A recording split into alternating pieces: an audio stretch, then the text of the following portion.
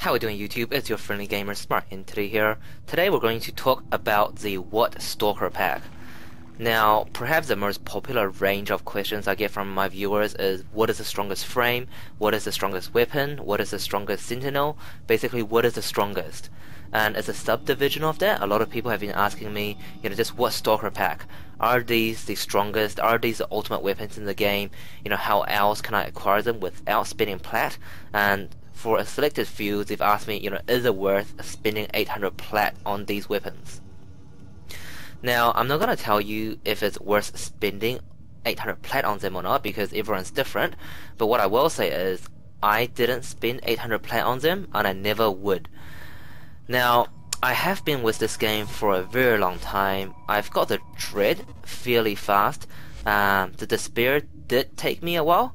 And the Hate, I actually had a look at the time played. It literally took me over 1100 hours to get the Hate. Now, that's not to say the same will happen to you. It is RNG, so it is a lot of probability. But what I can say is the probability of getting, this collection of weapons is extremely low. It's arguably the hardest collection of weapons you can get in the game. From my experience, it's way harder than getting, the Detron, what you get from another hidden boss, the Zanuka. So as far as how to get these weapons, you get these weapons from this hidden boss, the Stalker. In able to spawn this boss, you need to kill another boss in the game and play a mission where there is no boss, right? Stalker is not going to spawn in a mission where there is a boss. So when you play a mission, I believe there is a 2.5% chance for the Stalker to show up. If the Stalker shows up, you will need to kill the Stalker, and once it's dead, there is a chance it may drop one of these weapons. Now, the Dread is common, and the Despair and Hate are uncommon drops. Now, when I started this video, I did plan to make this a bit of a beginner's guide. But as I went on, I thought, let's just make this a complete guide. So, the Dread, the Despair, the Hate. Now, none of these weapons are top tier weapons. They're definitely not the strongest. They are all very strong, but there are other weapons in the game where overall they are better than these weapons. So it's for that reason that I put them in mid tier, but honestly, they are a lot stronger than a lot of the other mid tier weapons in the game. Now, as far as classification goes, I use the term top tier, mid tier, and mastery rank only purpose tier. I've explained the definition of these tiers in my complete weapons guide, so definitely feel free to check that out if you like. But other than that, basically top tier are those weapons where they are the best at what they do. They're definitely worth your potato, worth your formas. The mid tier weapons are basically weapons that are, either exclusive event weapons. They're decently strong. But they may not, be the best at what they do, but they're still very strong, so they're worth your catalyst. And I wouldn't put them as worth your forma initially, or I wouldn't make them a priority. But once you have all your top tier weapons formatted and max, it's definitely okay to put formats in these weapons. And as far as master rank purpose only weapons, they are just that, for master rank purpose only, so I wouldn't waste a potato or forma on them. I rank them to 30 and then either put them in the arsenal, leave them to collect dust, or I sell them off if there's a direct bidder version of that weapon. Alrighty, so Dread, Despair, and Hate, all three of these weapons are unconventional weapons. So bow versus your rifle, Despair, throwing knives versus your pistol, and the Hate, obviously a scythe versus your sword type weapon. So we'll look at the Dread first. Now, if you see my complete weapons guide, for rifle primaries you need 6 polarities. For the Dread, you only need 5 polarities. So 3v 2 bar, or 4v 1 bar. And the reason for that is because I don't put heavy caliber in there. The reason for that is because these weapons are for, I guess, they're sort of sniping type damage, so high single shot damage, and sniping those sort of weak points. So heavy caliber would decrease the chance of you hitting those headshots, and with all bow type weapons, I definitely recommend doing charged attacks. So if you're gonna invest time in a charged attack, you definitely want to hit a weak point, so headshots, right? So you don't want to, do a charge attack and then either miss your target or hit a non-weak spot.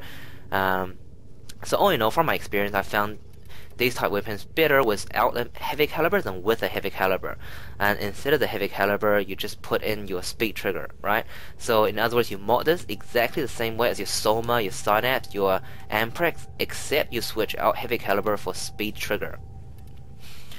Now I'm not going to talk about modding too much, but basically this, like I said, is a crit type weapon. So you mod it in a crit way, and I've got this modded for tower. Now your Despair, so you mod this the same way as you mod any secondary weapon, your Brag, your Murloc, you name it, standard modding basically, Barrel Diffusion, Hornet Strike, Lethal Torrent, 5 polarity. I have it in Corrosive Blast configuration, so again for tower, I like to use Ice Storm instead of the regular Ice mod, which is Deep Freeze, because that extra 40% magazine, in my opinion, is better than the 20% extra freeze damage that Deep Freeze provides. Now the hate, so if you see my complete melee guide, the hate is something I would call a heavy hitter. So in other words, you want to mod this with a channeling build with killing blow. So with melee type weapons, basically if you have a max stance mod of the correct polarity, you only need one polarity in the weapon to do a max build, and that polarity needs to be a bar polarity. Now if you do have the reverse D or the ice polarity, or as these guys call it, the Visarin polarity on there, so something like the Do Iker, you do need 2 additional polarities, or a bar and a V or 2V, or you need to format the ice polarity into a bar polarity to do a max build. So no surprise there, obviously your standard build again, so Fury, Pressure Point, always essential, Spoil Strike. Again, I want to do a channeling build, so I put Killing Blow there. Focus Energy for the efficiency as well, electricity damage, so I have it in Corrosive Fire configuration. And if you want, you can take out Life Strike and put in Virulent Scourge. I like to run with a Life Strike or I guess Life Steal build, but that is up to, I guess, preference.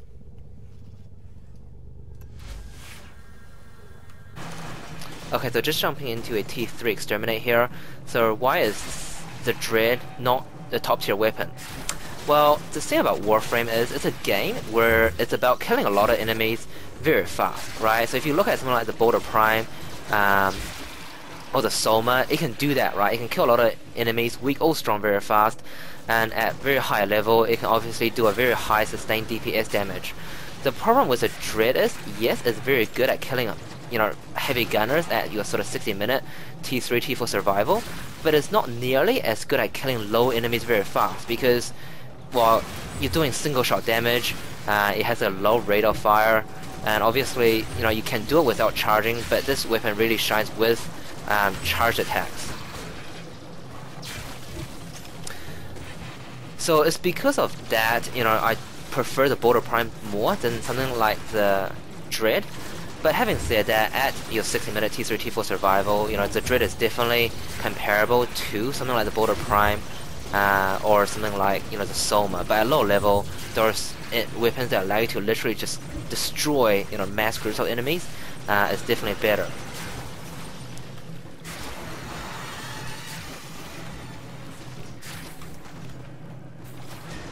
Now, one thing to remember, of course, with these bow-type weapons, it is traveling projectile, so there is one traveling time, and 2, there is a bit of an arc.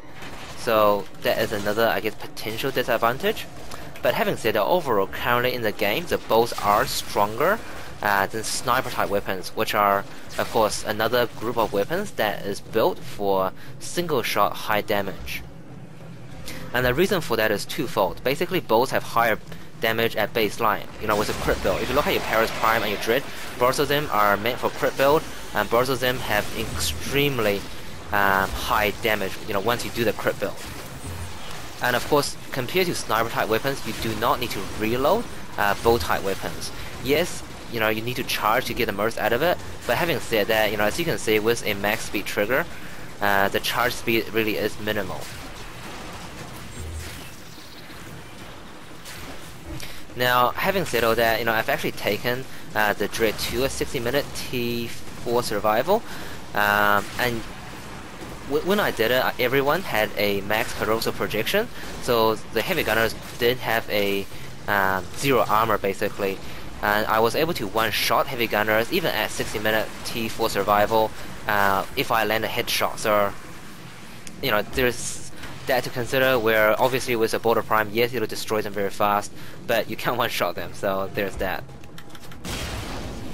Now, as far as the Despair goes, again, it's an unconventional weapon. It is a projectile weapon, so it travels in an arc, and of course there's a traveling time with it as well. But having said that, it does decent damage. You can't compare with the Brack or the Murloc, but it is definitely up there. It's above average, and more importantly, it has extremely high rate of fire and also extremely high reload speed, so it does offer that sort of sustained damage if you like. Now, also I just want to quickly mention, with the Dread, it does do innate punch through. So in other words, it gives you that sort of Metal Auger type ability. So I'm trying to get 2 enemies lined up for me, which I'm having difficulty doing. So let's see if we can do that here. Nope. I'll try one more time, see if I can get them lined up in close enough distance. That's not helping me. So as you can see, even though it has innate punch through, it's a bit situational. Of course, you can't obviously guarantee enemies will line up for you. So there you go. So it has a Moa as well as that Kruma. I don't know if you guys saw that, but yeah, so it has innate punch through basically. Finally, with the hate. Now, when I look at a melee weapon, I look at it twofold, right? Well, 2 aspects I should say. The first aspect is traveling utility, and the second aspect is damage. Now, the hate have negative traveling utility, which I really do not like for everyday gameplay. And what that means is basically, so I will just jump to the edge of this platform here. So if I were to just jump without melee, I get about here. But if I were to jump, well, okay, that's not what I want to do, so let's try this again. So if I were to jump with activating melee, I get about here. So it's a bit shorter. I don't know if you guys can see that. I'll try it again. So not that much difference, right? But if you have something like the Do Icus, especially if you got Berserker activated, if I jump and activate the melee button, I'll literally be at the door. And most of the time I actually use melee for traveling utility as opposed to damage. So that's one of the things where I really do not like about the hate. But one thing that is very good about this weapon, as well as something like the Reaper Prime, is that on a jump attack, it does knockback and stagger. So let's see if I can find a heavy gunner, because I think these enemies will just die with an attack.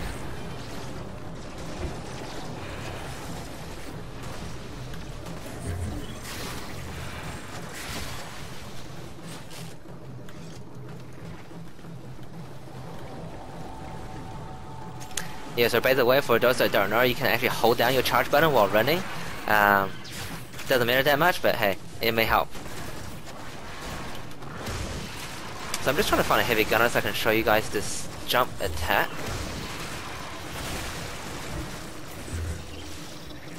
Okay, here we go. So heavy gunner, if you do a jump attack, it's guaranteed.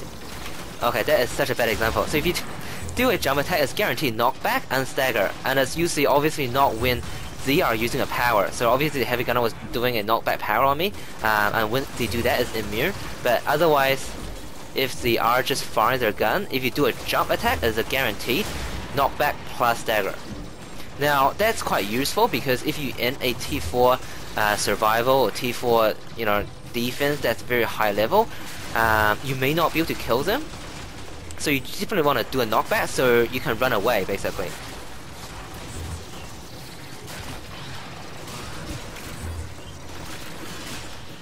Yeah, so all in all, there's a bit of a gameplay about these weapons. I guess in summary, just again, I probably wouldn't spend too much plat on these weapons. They will take a while to get, but because they're not, the best of the best, It's definitely okay not to have these weapons, but once you do get them, you know, they are definitely worth your potatoes, they're definitely worth your formas, and they're definitely a lot of fun to play with. Alright guys, please like, comment and subscribe. If you got any more questions about these weapons or weapons in general, please leave it in the comments below, or check out my complete weapons guide or my weapons discuss video. There's a lot of good information in there about how to mod weapons in general, because in this game, you know, there's very few exceptions. There's usually a few class of weapons, and you mod every weapon in those class the same way. Alright guys, please like, comment and subscribe, and I'll see you guys in the next video. Cheers!